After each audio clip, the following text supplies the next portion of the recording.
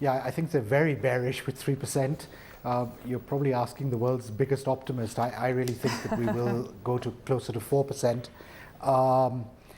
The government, as you said, and the IMF are looking at 4.5%. I believe that the referendum had a very, very significant impact on the way things are going to pan out in Kenya. We followed the referendum up with all the issues we had in 2007-8 after the elections with ethnic violence and that sort of thing. We had the economic downturn around the world. And I think the referendum, the way it was handled, the way it turned out, the winners were definitely Kenya and democracy.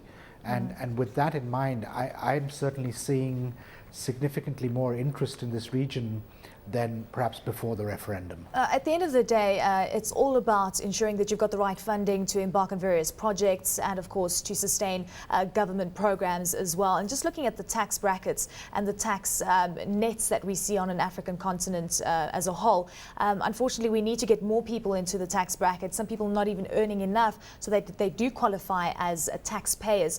Do you think that this is going to be a big hindrance when it comes to Kenya's overall market?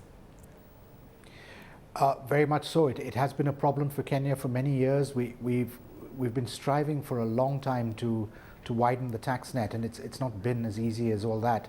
I think we need to bear in mind that Kenya, like a lot of other African countries, has a very big informal economy, and it's difficult to enforce tax with them. I think it was about 4 or 5 years ago, introduced the concept of a turnover tax. So anyone earning a turnover less than 5 million shillings paid a flat tax of 3%. Yes, that brought a few more people into the net, but it is actually a very difficult area to enforce. There is no doubt that there is considerable pressure on the Kenya Revenue Authority to collect, and they are behind target, although they're going in the right direction. But if they don't widen the net, then the people who they've always gone after, the multinationals, the larger businesses, are the ones who are going to take the brunt of their aggressive collection programs. Nikhil, it's a question that I've been posting to many people that I've spoken to today, and just talking about the fiscal prudence of our balance sheets in comparison to what we see in the developed market. And this is very important because debt to GDP ratios, not only in Europe, but in the US and Japan, really spiraling to very dangerous levels. What kind of scenario are you expecting for the likes of Kenya and for East Africa as a whole? Well, Kenya's debt is currently, and I think your previous person said, between 40 and 50% of GDP. The target that was set in the budget in June for Kenya is 40%, which I don't think is unreasonable. To me, government debt is like personal debt. It's fine to have as long as you can service it. And provided we can continue to service it, I don't really see an issue with the debt. And I think you also said 80% in the US. I mean, their debt's trillions of dollars. But it doesn't seem to really have that much impact on them. But Nikhil, you mentioned something. You said something interesting for me. Sorry to interrupt you there, but you said the ability to service your debts. And Africa, unfortunately, does not have a very good track record. I mean, we've seen debt write-offs for various economies, various countries, and of course, a lot of aid that comes through for many of the countries. Do you think we could change perceptions down the line in terms of how we deal with our debt scenario? Yes, I think you're right. We do need to do that.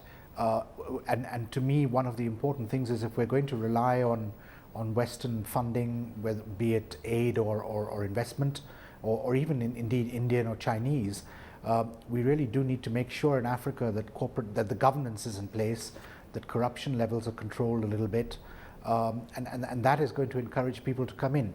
To me, there is only one emerging continent left in the world, and that's Africa.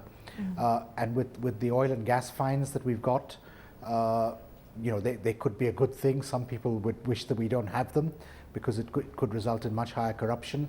But I think it's a good thing for the continent. And certainly the Eastern Bloc, in terms of India and China, are very interested in Africa because of the oil and gas reserves we have, and they need to fuel their own domestic economies. So if governments across the board can get their governance together, corruption together, and I think we're making good strides. Ghana had a very democratic election. Our referendum in Kenya, as I said earlier, was an extremely well-run democratic vote that I think impressed the world quite a lot. So we're capable of doing it. but we just need to buckle down and have the political will to do so as well. Nikhil, you said in your mind there's only one real emerging market, and that's of course Africa. When you compare it to the likes of Asia, I mean, we see what's happening there, and we're seeing fantastic growth prospects. We're seeing very healthy balance sheets. How can Africa actually compete against that from an investor perspective? I mean, you mentioned corruption, you mentioned getting our houses in order, political scenarios in order as well, and it seems that there are a lot of negatives facing the continent as well. Yes, there are, but look, let's be very clear about this. Asia doesn't have that brilliant a tax record either. They also suffer from very similar things to which we are suffering with bad governance, corruption, infrastructure issues. People went there because there was a bid to change it, and I think Africa is doing the same thing. So we will see the investment coming in. There has been heavy investment in Asia. There was heavy investment in Latin America. I think the BRIC countries have now, almost reached saturation point, maybe a few more years. So where do people go after this? And I think Africa is, as I said, I'm an eternal optimist. So I think Africa certainly has a lot going for it.